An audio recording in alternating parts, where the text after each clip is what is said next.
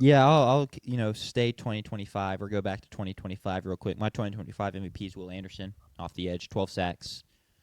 One of the best players. I would argue the best player on that dominant defense, but I mean there's studs all over the place. Daniel Hunter off the other edge is just as phenomenal. Jalen Petrie has a safety. Derek Stingley, like Kamari Lassiter. I could just keep going. Dogs all over that defense. But give the specific award to Will Anderson. And then for 2025 unsung hero, unsung MVP, whatever you want to call it, I give it to Dalton Schultz. 777 yards, 82 receptions, 3 touchdowns. No like crazy numbers, but considering how the younger wide receivers haven't panned out, kind of that trio of Iowa State guys. Christian Kirk was banged up. He was a great security blanket for for CJ Stroud this year. Even Nico Collins missed time. Tank Dell didn't play. So I feel like he filled out his role really well, and yeah, just had a kind of a sneaky solid season. Thoughts? I would go with Kalen Bullock, Sure. safety rookie for them, who is also a Pro Bowl. This defense just would have been my MVP in general. Yeah, it's unreal. They had 6 Pro Bowlers. The only one that wasn't a Pro Bowler was Danielle Hunter, but Danielle Hunter was second team All Pro. Stingley and Will Anderson were both also first team All Pro. So this defense was just phenomenal all year. They were on a record pace in terms of points per game, and they were in like kind of a conversation of, are they the best defense of all time had they continued success in the postseason? And because they were so opposite of what the offense was doing for the better part of the entire season and especially the postseason, they were like just feared. Yeah. Didn't want to play Houston because you saw them do what they did against Josh Allen on a Thursday Night Football game with Davis Mills starting, or you saw what they did in the fourth quarter against Aaron Rodgers and the Pittsburgh Steelers. So their defense was absolutely incredible, and was for them being so young too is what is really like I think a full credit to D'Amico Ryans and their defensive coordinator as well. Stingley's 24, Will Anderson's 24, Kalen Bullock, as I mentioned, 22, Kamari Lassiter, 22. They have such a young defense, and that didn't even mention guys like Tommy Togiai and Henry Toto, and Jalen Petrie. I didn't even mention him as well. It feels like that defense is going to continue to be good for years to come. They return And it most should of the be. guys because of how young it is. Like, they've not got to the point where they've had to start making tough choices on who to keep and who to let go because with how good it is, you're not going to be able to keep everyone right. But the defense is it's fair to just call the whole defense the team MVP because it's how they got to where they were. It is crazy looking back. Like, CJ Stroud's rookie year, the Texans led the league in scoring. And now here we are where it's like completely flipped on its head. Too bad they can't find the perfect fusion. Yeah, kind of like the Chargers and Justin Herbert and that defense. Sure. Can never have good performances from both sides of the ball the same year. With the MVPs out of the way, we can go ahead and move on. Looking forward to the offseason. No big coaching changes. Some like small positional changes, like they let their tight end coach go, like an offensive assistant left. But no major moves. D'Amico Ryans is still back. Stuff like that. And then looking ahead into the draft, they have the 20th overall pick and then 2 seconds. What do we always hear from Texans fans? Like I texted my brother-in-laws and Jackson, who's frequently in the chat. They're Texans fans. Like, what are y'all? I'm doing the Texans offseason primer today. What are their biggest goals for the offseason? What should they be? The first text I received was, hopefully CJ Stroud gets lobotomized to cure his postseason interception issues, which maybe the haircut has done that. And then it was offensive line help. So I really think they're going to hit that heavy in the first couple picks. They drafted 28. I don't think Vega's going to be there at 28. I expect him to be off the board. But maybe even like a Caden Proctor, someone who physical freak, hasn't held up the best at tackle. So people are like, hey, maybe just move him into guard. So maybe they get him because they have other offensive linemen on the roster that they're kind of still moving around, have played multiple positions. So maybe you just get a guy like that. And then maybe in the second round, you're going someone like the Jake Slaughter, I think is his name. Yep, from Florida, Yep, the center. Him or like Connor Liu from Auburn, one Yep. of those two guys later in the rounds. But I think you really have to hammer offensive line. And then the other two options are possibly interior defensive line. It's kind of the one part of their defense that like they go budget on, which kind of makes me think they're not going to go it. Like they've not drafted an interior defensive line in multiple years. They've not really given out big money in free agency, and to interior defensive linemen, but they've worked. So maybe they just kind of I feel like they probably just keep the same process of like, we'll just bring in a vet, and what vet isn't going to want to play on this defense, right? Yeah. So they could take a swing and like try and really infuse talent there. I've already mentioned, guys Dante Corleone, Dominique Orange, Lee Hunter from Texas Tech. They could make that swing, and then the other pivot is maybe with like one of the second-round picks, maybe even the first-round pick, but I don't think so. They take yet another swing at wide receiver. I don't know how they feel about the Iowa State guys. None of them have really popped. I mean, none of them finished with over 500 receiving yards this past season. Nico Collins is fantastic. He's been a little banged up. I believe Christian Kirk is off the books. He's a free agent. So maybe you bring him back. I just don't have high hopes for Tank Dell with a completely new knee, basically, like coming back and being crazy productive. So you definitely have to address wide receiver, and maybe it's in one of these first couple rounds, but also maybe it's a free agency issue, or maybe it's just later in the draft. I don't know what y'all think with their first round and The kind of their free top agency picks. free agency issue is going to be a problem given they have negative cap space Yes, right correct. now, and they'll be able to move it around. But I mean, I imagine are they going to want to bring back Ed Ingram? Like that's a guard who's just finished his first contract. I know their offensive line was a problem. I don't know how big of a problem he was in that offensive line.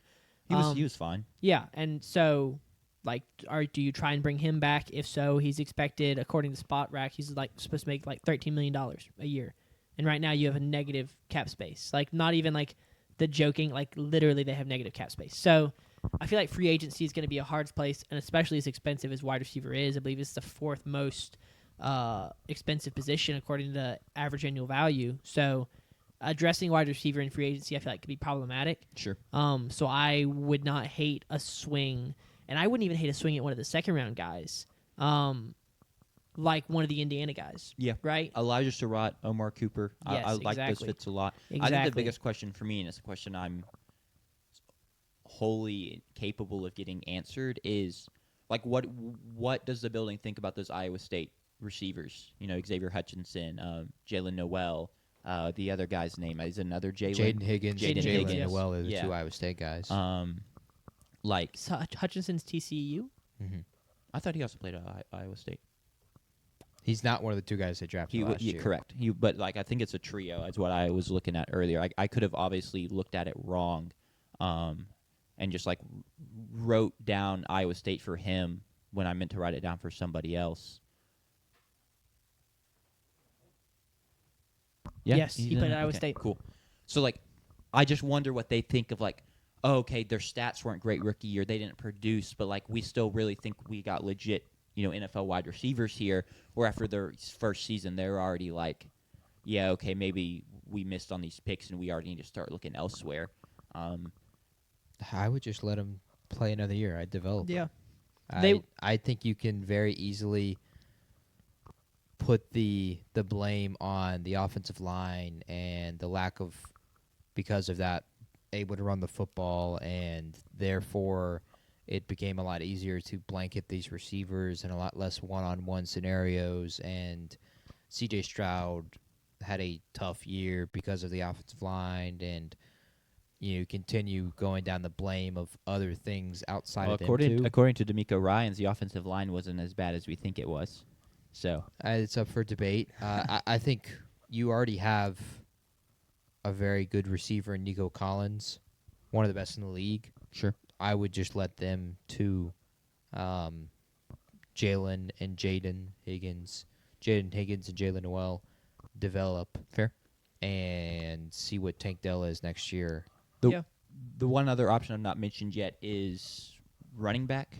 What do you think about that group? Nick Chubb getting old. Yeah. Joe Mixon has his like freaky foot injury, and so no one really know. Like, can you put any stock in him really like returning to form? we love Woody Marks. We talked about being a state podcast, but is he someone that you really want to like shoulder the sole load? So like, do you try and address that at some point in the draft? Yeah, this is a problem I ran into when I was doing the Titans.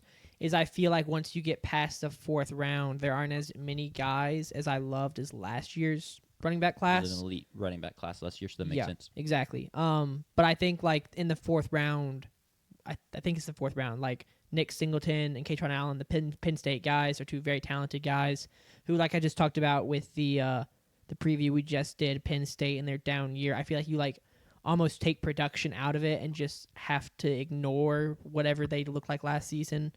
And those are 2 guys who were fantastic the year before at Penn State. I mean, they were in the semifinals for the playoffs. So I think that running back is a spot, something you can address. And I will say this about running back is one of the cheaper positions to try and address in free agency. And so if you were going to – now it is cheaper, obviously, to do it via the draft, but you get bigger discounts when you tackle other positions as opposed to running back. Running back is one of the cheaper positions you're going to be able to find in free agency. And so, I mean, I don't know who the running back free agents are this season. We just talked about one at Carolina, Rico Dowdle. Yeah. He'll be a free agent. Now, maybe he asks for more money than you're willing to give a free agent, but that might be something that they consider is addressing the more expensive stuff through the draft and then trying to hit some of the cheaper positions through free agency. Najee Harris, it'll be a free agent. Coming off an injury, maybe you can get a discount on him. Travis Etienne is going into free agency. Javonte Williams just had his great season with Dallas. Maybe you can get a discount on him. Or not a discount, maybe you can go and get him for a couple $1 million. So there's possibilities. I think free agency might be a good spot to address running back. Yeah, I mean, once again, we'll see. And all this is really tangential to their biggest or secondary to their biggest concern, which is the offensive line. So really, talking once again about their top 3 picks, you really should expect it to be heavy offensive line. The only thing is, I could have said that last year. Yeah. And last year they traded away their best offensive linemen, traded their first-round pick, and then drafted receivers in the 2nd round. So do they make that same mistake again, or do they be like, okay, now we actually need to go try and get it done? Who knows? Is there a reason for them to not spend every pick on an offensive lineman? Because if you walk, I'm mostly trolling, but what if they spent 4 picks on offensive linemen? That's the genuine question, because they don't need a whole lot of help on defense, right? Secondary, great.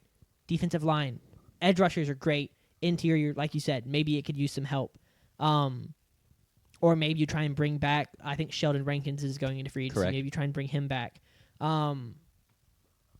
What if they just bring back all those pieces, right? Because wide receiver, we just said, I agree, run it back with Nico Collins, the 3 Iowa State guys, and Tank Dell, and see what you have there. Did I say running back? I meant wide receiver. I was tracking. Wide receiver, run it back with what you've got there. Running back, bring back Woody Marks and Joe Mixon, try and get Joe Mixon healthy this offseason, and then maybe, take somebody, try and get somebody in free agency who's cheaper, like $5 million, $6 million, and then just draft in bulk, just draft 5 offensive linemen, and then just start trying things out in camp, and then hopefully you have a functional offensive line either halfway through this season or next year because you've got all these young guys. That's primarily in jest, but I do think that half their picks, right? I don't know off the top of my head how many picks Houston has, but half their picks on offensive linemen, you go get a tackle, you get a couple guards, you get a center, that's 4 guys. Tackle, 2 guards, and a center. That's half your picks. So I'm mainly joking, but I do think that it is their need, and it is their primary need by such a large margin that it would make sense to invest the majority of their resources in it. I mean, I will be disappointed if they don't draft at least 2 offensive linemen in their first 4 picks or 5 picks. Take a couple meaningful swings and don't wait till the 6th and 7th round when they're really just taking flyers at that point. But anyway, looking forward, cap space, they're just over the cap. They're -5 mil in cap space. And we've already talked a ton about their needs at this point. Kind of our draft conversation bled into that and ways they could also address that in free agency. But don't expect much in free agency, I guess what I should say. it's kind of same thing. Running back, maybe you go get a tight end. Just offensive lineman. You're probably going to bring in another vet, interior defensive lineman. Whether you bring I'm blanking on his name. You literally just said it. Rankins.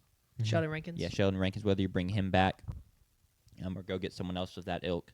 But it's just largely going to be depth signings, and then maybe a running back to like start or split carries with Woody Marks, or who knows, maybe Joe Mixon is like healed and ready to rumble. But whatever happened to the guy they had, the Florida guy who was electric his rookie year? Damian Pierce. Yeah, Damian Pierce. He was pushed down the depth chart. That's tough. Behind Woody and Bro, he was getting drafted Nick so Chubb. high in fantasy the year after his rookie season. JP, thoughts on that free agency? You agree?